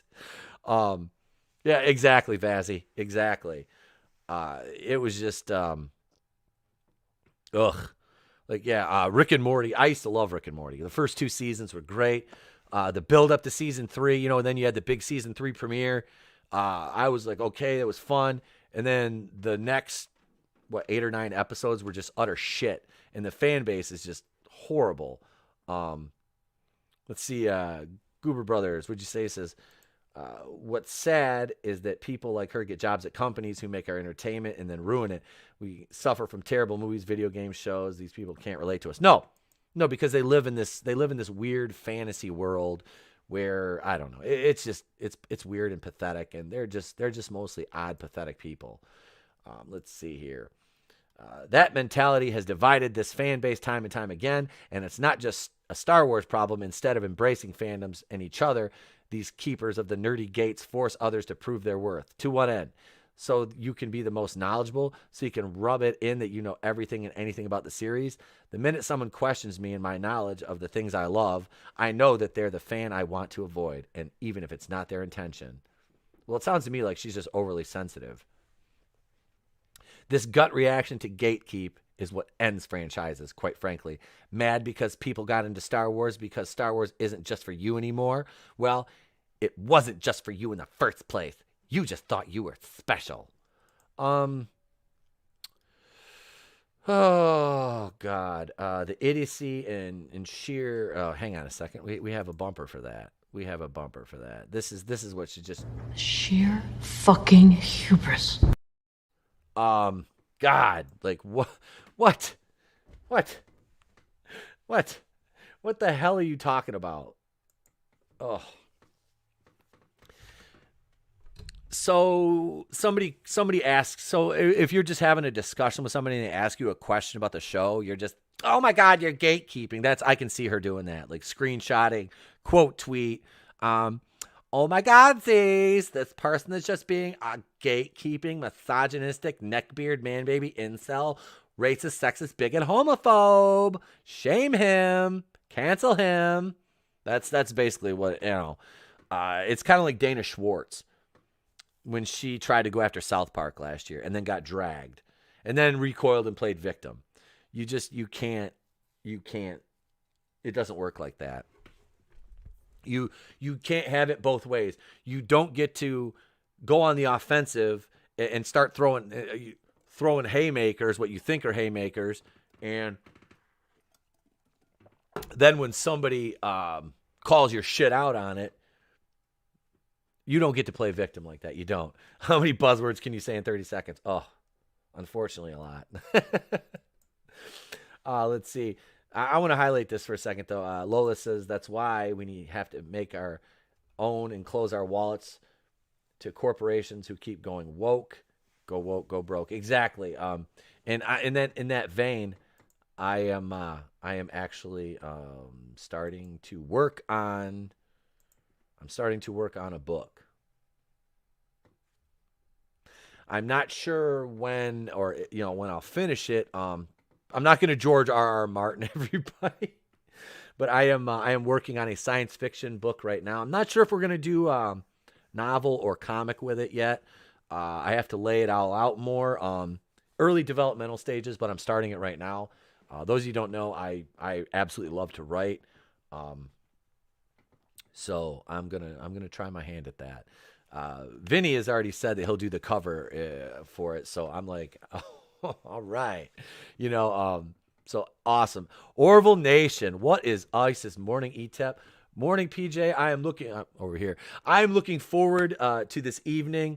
I truly am. I am looking forward to it. I'm on episode. I'm up to episode. I just finished episode 5 last night of the Orville of season 1.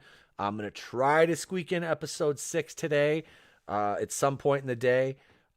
So I'm at least, I don't know how many episodes are in season 1, but I get a little bit of time at night, and I want to make sure I'm awake. This is the one show I watch at night that I have not passed out watching. Everything else I watch at night after my live streams, I just pass out. This has kept me awake. And last night was the episode with Charlize Theron. So definitely was awake for that. It was a cool episode, really well done. So yeah, I'm excited for tonight though. But don't gatekeep me. I'm not. I'm learning all the characters' names. No, I'm just kidding, guy. I'm just kidding. I'm looking forward to it. Lola says ETEP comic. Yeah. I really.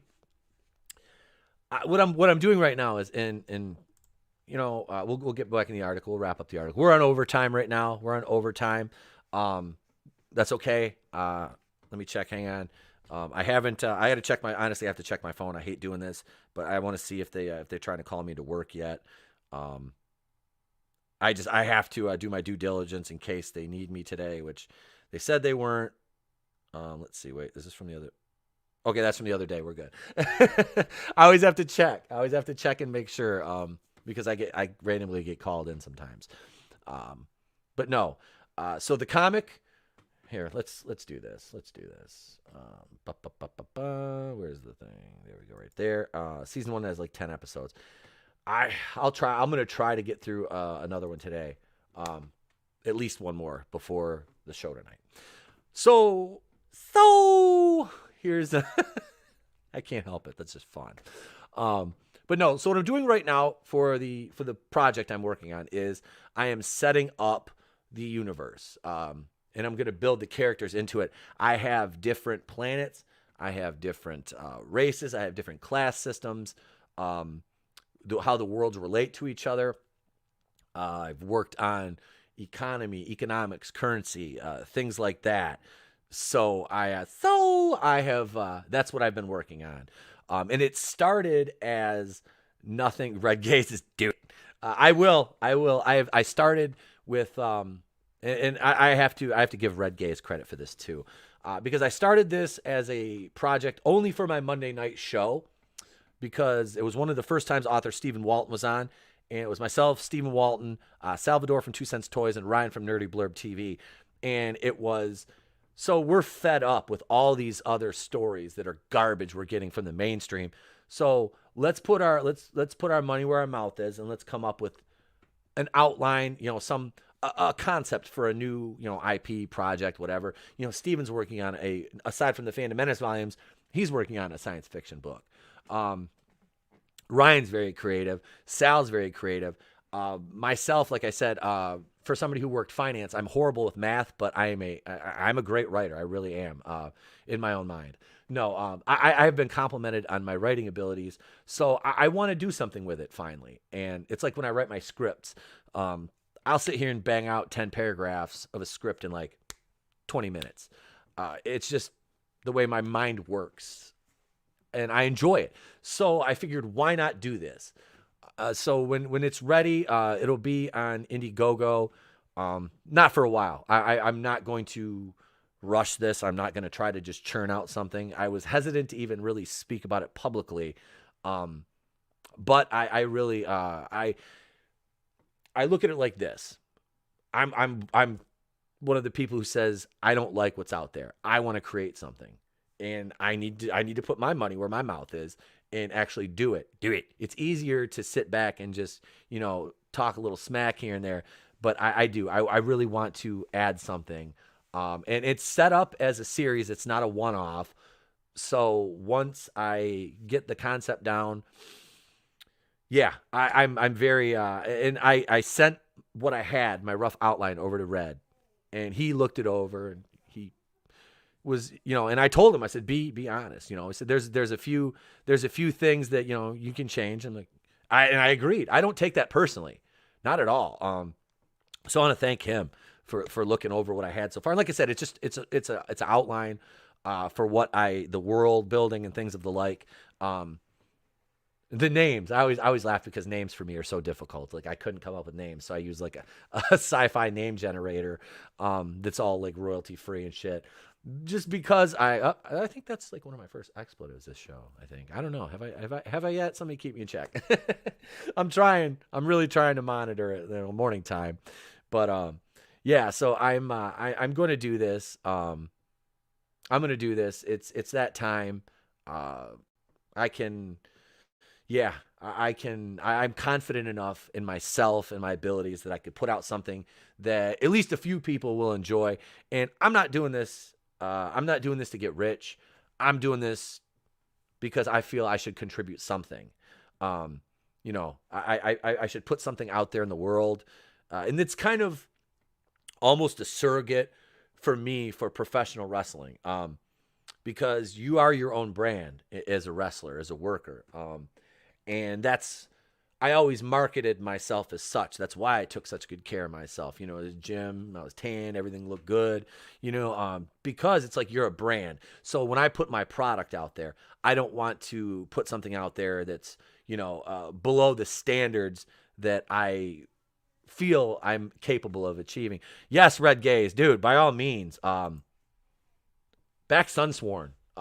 Get out there and back this. I'm going to back it. I've told you, and I promise you I will back that. And I felt bad last night, kind of mentioned on the stream, is because I was talking about backing this project, and I haven't backed Stealing Solo this time, but I did back it the first time. Like I said, I've got Cyberfrog, I've got Stealing Solo. Vinny birthday sent me books. I got a copy of Daniel William Osborne's book that Jeff Hicks illustrated, Everlasting Survivors, which he just wrapped up his campaign on. So Keely Chow, Phantom Menace Ultron, what is up? So yes, that's the long and short of it is I'm going to start working on this on the side. It'll be a while. It'll be a while before I have anything. And like I said, I'm not going to start the Indiegogo until I'm completely finished. It's edited, because I'm not on any time frame. And I don't want to rush my product. Let's see, dude, we got a while. Take your time. I just appreciate you helping get the word. Oh, Red, bro, you are absolutely welcome. Like I said, I think I have the Indiegogo link in the description to all the videos, but if I don't, I will add it in along with, because I have your channel and Tony's and the descriptions to all my videos, because you guys are part of the you're part of the team. So yeah, if I don't, I'll add the Indiegogo in. Yeah, so that's that. There's my spiel. So eventually, maybe a year, maybe less, depending on when I actually start writing the story. And get it edited, it goes, that'll be out. But if I do it right, the way I set it up, anyway, the way I envision it in my mind is at least a 5 books comic series. If I go comic wise, if I go novels, probably a couple, 2 to 3. But I would like to do a comic. I would like to do a comic. Red says, thanks, man. I'm bad with video descriptions. You know what I do? I copy and paste every video description of mine. The only thing I ever change are the hashtags. Sometimes I don't remember to change them. And I'll have like a Batwoman video with like Falcon and the Winter Soldier hashtags from a live stream. But no, I just copy and paste every one. I'll add I'll add a header in, and then the rest of it is copy and paste stuff from every video description. Just so I want to make sure I include all the important stuff. So yeah, but let's get back to this article, and then I'm gonna have to go. I normally don't do a 2-hour solo live stream, but you guys, there's been up to 15 people in the chat this morning, and thank you all, man. Men, ladies and gentlemen. I don't want to just say guys, because although some of the women are probably like, whatever, we know you're just including us in. I want to specify the ladies and gentlemen of the chat. Like I said, Lola and Vazzy, I absolutely mean that. We're gonna have Love Ladies Night on the channel one night. Darius Munchhausen, who is, I believe, you're kind of newer here at the channel. I don't know. I don't get to see when everybody subscribes, because some people don't have their subscriptions public, who they're subscribed to. So I don't always know when people subscribe. So if you just subscribed, or if you've been a subscriber, let me thank you. Either way, it says ETEP Doing It Comic. We've got a great community for that. Absolutely, man. And I am a huge Comicsgate supporter. The people in Comicsgate are wonderful. And one more thing before we go back to the article, I have to brag a little bit. Hang on, Keely Chow, what did you say? We need to get ETEP on Friday Night Tights. I tell you what, before I get on Friday Night Tights, if that ever happens, I want to be on the High Council, and I'll mess with Jeff about that, because that's I would love to be on the High Council. That has been like kind of like a YouTube dream. Jeff is a great guy. We streamed with Jeff last night over on Sporking News. He's on the show Monday night. He's a great friend of mine, a great friend of the channel. And the guys, he's Nick and Kendo. I always, I don't want everybody to think I'm just excluding Dion. I don't know Dion like that. Dion, has a full-time, he's not a YouTuber really. And neither is Kendo. They're on the World Class Bullshitters podcast, and they do things for their Patreon. But I in a chat group on Facebook with Dion, and I'm going to toss him an invite for Monday and say, hey, if you're free, just jump on. Just jump on the show, man. I'll send you a link. Here you go. Because I don't want anybody to feel excluded, especially because he's legitimately a funny guy. I just haven't got to know him like that yet. So, But yeah, we're all gonna hang out at a wedding this summer, so it's gonna be fun. Morning Machiny 90. Machiny 90 is another great talent here, artist. Yeah. Let's see. Darius Munchausen says, I'm new here. First hour on Lorena's lunch table. Keely nudged me back over here. Keely Chow, thank you, man. Keely Chow has been a supporter of the channel. Keely and I actually met on Facebook in the Geeks and Gamers group, I believe it is. So Vassy, yes, Vassy, you. And like I said, I'm going to have you, Lola on. And like I said, I'm going to talk to Jane Theory. And I might even reach out to Mary Mayhem because she's had me on her channel. And might have her on too. So yeah, we'll have ladies night over here. But I kind of want to. I don't want to seem like toxic femininity, and that might be the only reason I don't ask Mary to come on because they already do that, and the Babe to Menace and stuff like that. But it's gonna be ladies night, the place to be. That's what it's gonna be called. So yeah, we just have Vassy, Lola, and like I said, Jane Theory. We'll get Jane Theory on. Jane is awesome. I haven't streamed with her in a while. Last night was nice. She was on sporking with us, so it was fun. Jane's always awesome to stream with. So let's go back over here. We'll kind of talk about this article a little bit more. Yeah. Let's see. Here we go. The gut reaction to gatekeep is what ends for. We did that. Raul Coley is personally one of my favorite people to follow on Twitter for a number of reasons. One, he's always willing to stand up for what he believes in. Two, here it is. Here's buzzword. Buzzword bingo. Who had ally? He's an ally and willing to call out the bullshit. And three, he's unapologetically a huge Star Wars nerd. And for someone who writes about entertainment, wants to create himself, it's beautiful to see. His tweets today about this Revan issue perfectly express how I feel about the gatekeeping. It happens time and time again. This woman needs, ugh. Oh, here we go. Breaking my Twitter holiday to address this. Knowing who Revan is doesn't make you a true Star Wars fan. Congrats, you played Knights of the Old Republic and read some books. A true Star Wars fan loves what they love, ignores what they don't, and is always welcoming to a new generation of fans. Oh, one of the worst things about Disney acquiring Star Wars is now that people that never cared about Star Wars are like, oh my God, I just want to do it. Oh my Godsies, Star Wars is like the bestest ever. I'm totally a fan. I've been one since like 2015. Raylo forever. Baby Yoda's so cute. Wait, what's a Revan? That sounds like a Rachel Leichman tweet. That really does. That sounds like a Rachel Leichman tweet. Oh God. Oh. Yeah, those sentences are just terrible. Brightest day. God. Oh. These people, yeah, that's like Christian Harloff on Collider bitching about not getting tickets to Galaxy's Edge and and saying I've been busting my ass as a fan for 4 years. It's like, shut up. You know, Snorted Poop is Q versus Raylos are amazeballs. Oh, Vassy says, Raul sounds like a male feminist. I do not trust him. Vassy, you are absolutely spot on with that. Anytime Leichman is an idiot and terrible at writing, he's probably misspelled her name. No, it doesn't matter if you misspelled her name or not. She's an idiot. She is. She's an idiot.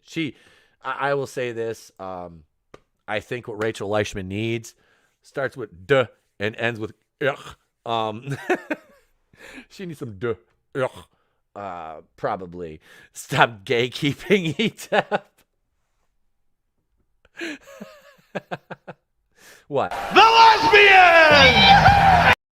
I just want to make everybody feel at home with that clip. I do. And not to be forgotten. Here we go too. Here. Gay! There you go, gays. There you go, gays. And yes, Draven, Lola does have the best avatars. That's just rage spelling. That is. My rant. I've been busting my ass as an Orville fan, blah, blah, blah. That's it right there. It's like Christian Harloff was utterly ridiculous. I've been busting my ass as a Star Wars fan for 4 years. I'm now fulfilled, says Red Gaze. You're welcome. You're welcome. I can't forget the other crowd pleaser. So there we go. There's some grace. There's some grace for us. Let's see here. Gatekeeping doesn't help anyone. All it does is shut down the conversation or put people off. Star Wars is for everyone. No, Star Wars is not for Raylos. You don't belong here. I will gatekeep the fuck out of the Raylos. You don't belong here. Stay on Tumblr. Do your thing over there. Stay off of Twitter. Nobody gives a shit what you think. We don't care about your fruity little rewriting douchebag podcast. Nobody cares except the weirdos that work at Lucasfilm and have their little blue butterflies and their profile bylines. Oh my God, these. Stop it. You're embarrassing yourselves. Stop it. Whew. It's not more mine because I watched it as a kid than it is someone else's who just got into it. It's for us all. And it's exhausting having this conversation over and over again. But apparently it needs to be said again. Ugh.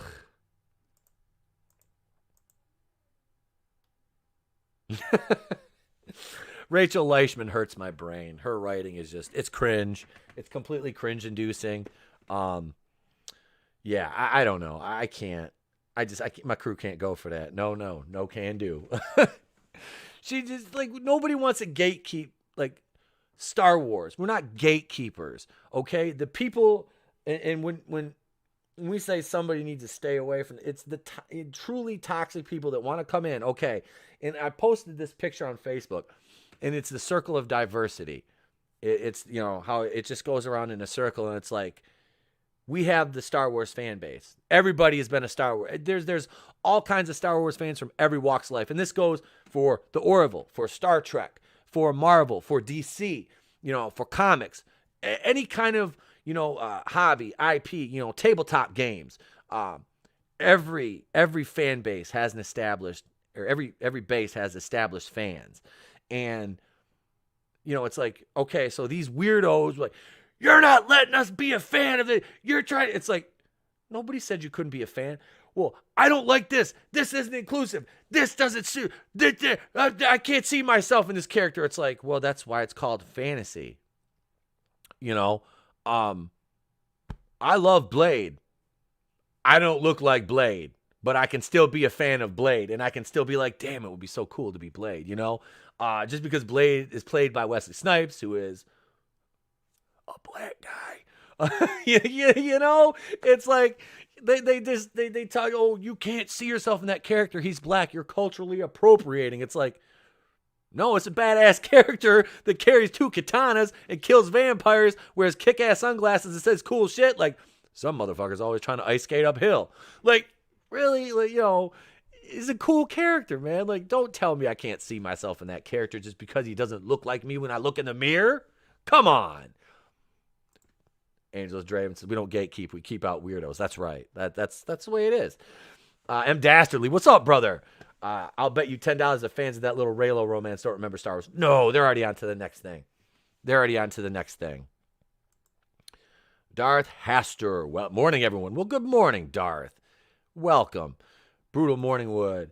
These guys all seem a little fast and loose with the term fan. Yes, that is it. Blade was black. I didn't know, right? Honestly, I didn't care. It was just like Wesley Snipes was a badass, but the character is just awesome. I don't know. No peace till we implement 3 seashells in society. He's a vampire. That's all I need to know. Lola Meets, nobody can stop anyone from being a fan of anything. How do they not get this? Well, because these people live in this weird world where everything revolves around social media. And this is one thing I can say about YouTube. It has gotten me more involved in Twitter than I ever wanted to be. Because I hate Twitter with a passion, but I've networking on Twitter is where it's at. Facebook, I will post I post links to my videos on Facebook. I'm in tons of different Facebook groups. Geeks and Gamers, Nerdrotic. There's an Etepel Queen's Place to Be Reviews. It's called a Place to Be Reviews the official Place to Be Reviews fan page. It's a private group on Facebook, so if you're on Facebook and you want to join, there's a link in the description to the video. I have, a couple mods in there. You can join the group. I don't, so we do screen, and it's totally non-political. I don't allow that. I've kicked people out of the group for that. So feel free. If you want to join, anybody can join. But no, so I post links in all these different groups, and I really never get the traction on them that I get on Twitter.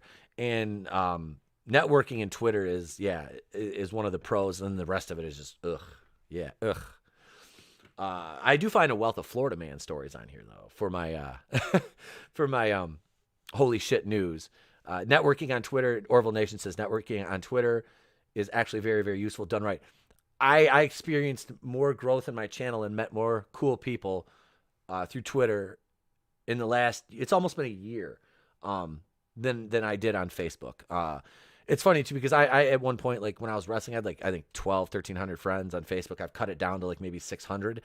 I don't get any, like even the people that like I've known my entire life and friends with, like nobody gives a shit what I do. It's funny. Like they don't care. Nobody wants to listen. They're like, we don't want to listen to you talk about this shit. And one of my friends is honest. Like he's like, I don't understand anything that you're talking about, because most of my friends that I know, like my shoot life, are pretty much normies when it comes to this stuff. Very few people that I really know and went to school with are as hardcore into this stuff as I am, which is why it's like one of those things where I could fit in with everybody, but I never really fit in with them. You know what I mean? It's like you fit in, but you don't. That's the way I was in high school, because I used athletics because I was an athlete, but I was always a closet nerd back then, because you couldn't outwardly be, a nerd without getting paid. But being, a football player, it was like you got a little more leeway. But I still, I just never got to, fully like just be like, I can be myself. It's like now it's freeing being my age, because I don't care. And one of the other dads at school, I was talking to him. He's an ex-football coach, and he said to me, he goes, "You're kind of a nerd." And I just looked at him. I'm like, "Thank you." What do you say at this point? I was like, I'm no, I'm perfectly at peace with myself and who I am at this point in my life. Hang on, we're getting close to the 11 o'clock, and this is when they usually like to text. So I'm looking here, and no messages. Yay, us. We are doing good. But yeah, so I love when and it's funny because the kids at school always ask me, what's your YouTube channel? Because they've heard me talk about it. What's your YouTube channel, Mr. Pete? And I'm like, no. No, Mr. Pete's not gonna tell you his YouTube channel, because we talk about a lot of stuff, and not all of it's appropriate for you. And then I have the parents that I knew that I went to school with, that a few of them watch my videos just to support me, which is cool. And they're like, yeah, we let the kids watch. I'm like, and they're like in 5th grade. I'm like, so they come into school and they're like making these little, making references from the show. And I'm like, I was like, just not too loud, guys. But it's fun. I had a couple of them in gym class the other day. And I said something, and one of them just, what the hell did he say? Oh, one of the kids was like, he did the Grace Randolph. I said something, and I was sitting there, and somebody said something, interrupt me, and they just looked back, and they're like, so, I'm like, oh God. But it's fun. It is a lot of fun. Lola, you're absolutely right. Nerds earn their place in these fandoms with how they were treated before nerddoms became the trendy thing to be a part of. And that's it. I blame a lot of that on The Big Bang Theory. The Big Bang Theory. Yeah, I hate that show with a passion. Keely Chow. What do you say? I'm going to have to Zoom meeting soon. I'll see you later. Pete and everyone else in the chat. Keely Chow, use my real name. That's fine. It's all good. Don't care. Don't care. See you later, Ultron. Thank you for joining us. There are no strings on you. So, yeah, man, it's been a blast, ladies and gentlemen. It has been an absolute blast. I'm over the 2-hour mark, and I'm getting hungry again. And I might just go to the school to. I might just go in. I feel weird not being there, but I got a daily to do. I got to release a daily video, so I'm not going to go into work. I'm going to sit here, and I'm going to work on that. You can catch me at 5:30 Eastern over on Orville Nation's channel, where we will be talking about Season 1 of The Orville. I am excited, humbled, and just glad to be invited on. I thank you, PJ. It's going to be a blast. Tomorrow night, You can catch me on Raiders of the Lost Flicks live at Darth Haster. I know. I know. Well, some people honestly thought that was my real name. So it's been fun. It's been fun playing that out. That, it's my name really isn't ETEP, but no.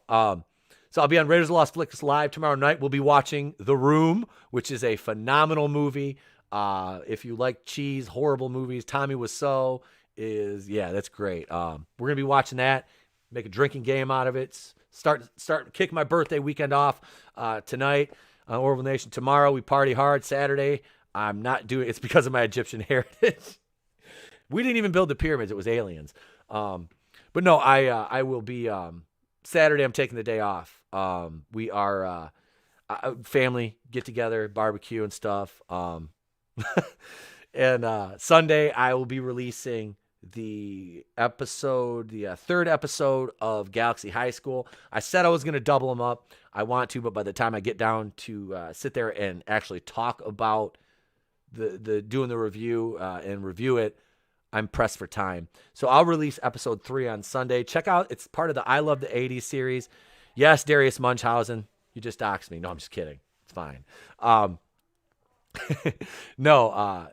But yeah, so I'll be releasing that on Sunday. Monday night is Monday is my actual birthday. We'll be celebrating. Like I said, it'll be myself, my co-host Tony Tonedeff, the assistant to the regional manager Red Gaze, Jeff Hicks, Kendo Slice, Big Rig Nick Utam, and not Coach.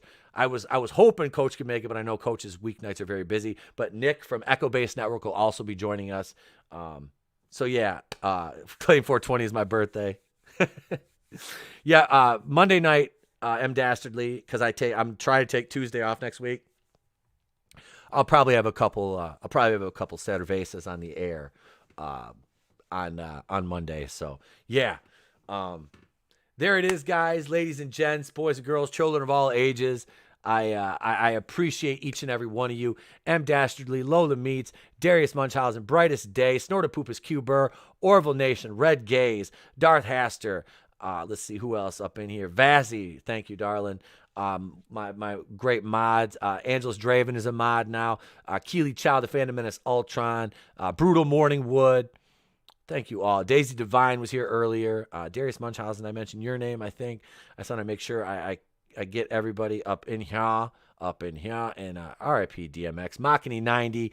Thank you, brother, for stopping by. Johnny Cage JP7. Thank you guys all. I truly appreciate it. Thank you. This was a lot of fun. Normally I couldn't just do a 2-hour live stream by myself, but I'm seeing now that I can do this. And this morning show, I used to have a morning show. If you look back in the playlist, there used to be a morning show called, what was it? It was the morning after, about last night I used to do. Never really caught on, but I was much smaller then. Now the word's getting out, the channel's growing, so I thought it was a fun time. Just Thursday mornings we do this, talk for an hour and a half, 2 hours, and yeah, it's a blast, man. All of you have a great day. Just go out in the world and do what you do. Be you. Don't let anybody tell you that you can't do something, because you can deep down. If it's something positive, don't do negative stuff. Nobody likes that. All right, let me give you the sign off. I'm Itepo Kuin of the Place to Be Reviews. I've been here with all of yous, and remember, if I don't see you, have a great day, a pleasant tomorrow, and I'll catch you on the next one. Star-Lord, take us home.